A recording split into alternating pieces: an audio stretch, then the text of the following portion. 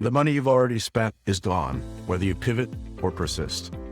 But your future is only salvageable if you're willing to abandon what isn't working. Past investments is the worst reason to continue failing strategy. Are you making forward-looking decisions or backward-looking ones? The sunk cost fallacy destroys more businesses than any other cognitive bias. Convincing entrepreneurs that because they invested so much in a direction, they must continue, even when evidence overwhelmingly suggests the path leads to nowhere. Behavioral economics research demonstrates that businesses explicitly reject sunk cost reasoning with evaluating pivots achieve 67% higher success rates and waste less capital than those who factor past investments into strategic decisions. How much of your current strategy is driven by what you already spent versus what you could still gain? The sunk cost paralysis prevents strategic pivots that could save businesses because founders can't psychologically write off past investments, preferring to lose everything slowly than acknowledge personal losses quickly and redirect to viable paths. Entrepreneurs trapped by the sunk cost experience have higher capital loss and more frequent complete business failures because they're trying to justify past decisions instead of optimizing for future outcomes. Because every dollar you continue to invest to validate previous spending is a dollar thrown after bad money. Doubling down on approaches like market has rejected, ensuring you compound losses, trying to resurrect a dead strategy when the same capital could fund pivots towards what's actually working for competitors who are emotionally attached to their original plans. This is one of the things that I see on a regular basis. People who have invested time, money, and effort want to reuse it or continue down that strategy. The classic one is, I've done lots of stuff. Can we repurpose that? Which is great. People like, well, I've invested all this time, money, and effort in doing X, Y, and Z, this course, this book. Let's just rejigger it. Let's cut it up in a different way. Let's use that so that we can create more content and I don't have to do anything. What they're trying to do is they're using a sunk cost investment where they put money and time and effort into that, and that may have worked at the time, but it will be known as dated. It will show up differently than it would now. A classic example of this is when people shoot video and they shot it years ago and it's an older video. It's a 720p or that smaller video, or it's not as clear, and they just want to reuse it because they shot hundreds of these things because it was cool and fun at the time, and they don't want to redo it. And as soon as you start looking at it, their memory of it was great information and how it worked and everything else like that. And you look at it and you're like, well, it's dated. The shirt you're wearing is dated. And probably the shirt I'm wearing is dated if you're watching this years in the future. But it also says, wow, I'm trying to understand this and I'm looking and the shirt's dated and you're referring to stuff that's ancient or old history.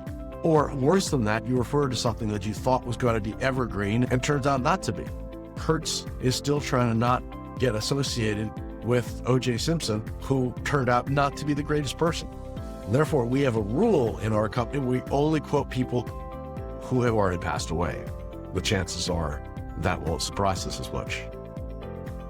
But that kind of sunk cost fallacy exists in all areas. I have one client who had 70,000 names on their list, but they weren't opening.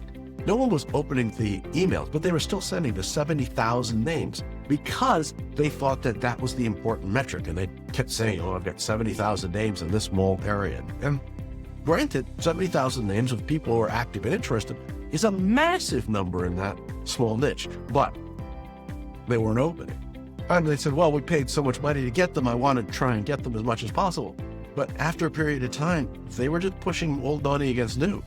They could not get over the idea that they spent money and this is no longer useful. This asset has depreciated in value.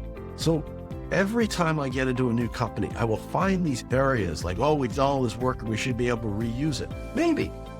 But on the other hand, creating new content that speaks exactly to what's going on and feels new and fresh with ability is important. And of course you can recycle some of it, but sometimes the expectation is you can get a lot more out of it.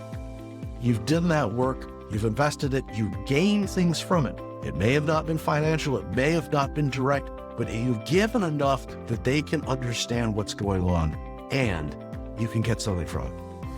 So think about the sunk cost fallacies that you have. What are the things that you're holding on to in personal or work life that are actually creating this? In my personal life, I just cleaned out my mother's house and I have all of these things. I have a lot of jackets. I don't know. It's one of the things. I collect black bags and jackets. But I have all these jackets, and I have jackets because I picked them up for specific trips. This one I climbed Kilimanjaro with, this one I climbed in the Whites with, these are the boots I did X, Y, and Z with. They're okay, but they're dated now, and they're falling apart, and I have trouble parting with them. I've invested money in them, I really want to create them. So we have the sunk cost fallacy in all sorts of areas. The accounts are going to get very upset at me that I'm using this example because it's not a financial example, but understand that we have that in all areas of our life. And if we want to free up, if we want to get better, if we want to move forward, we need to be able to say, yes, I did this, it got me this, and now I'm willing to move forward. Now, the jackets may not be a good example because one of my jackets my father gave me. And it's an old jacket and I only wear it occasionally, but it has sentimental value. So there's value there. And am I keeping it for the value, or am I keeping it because I spent that much money on it? And that's something I have to wrestle with too. What are the things you wrestle with? What are the things that you have challenges with? Put in the comments below, and let's continue the conversation. Thanks for tuning into today's episode on the Strategy Session, where we take your business from stuck to unstoppable. Here's another video I think you'd enjoy. If you found these insights valuable, remember to hit the like button, subscribe to our channel, and ring the bell for notifications on our latest videos. Remember, you're not just marketing, you're making history with Venture Gained.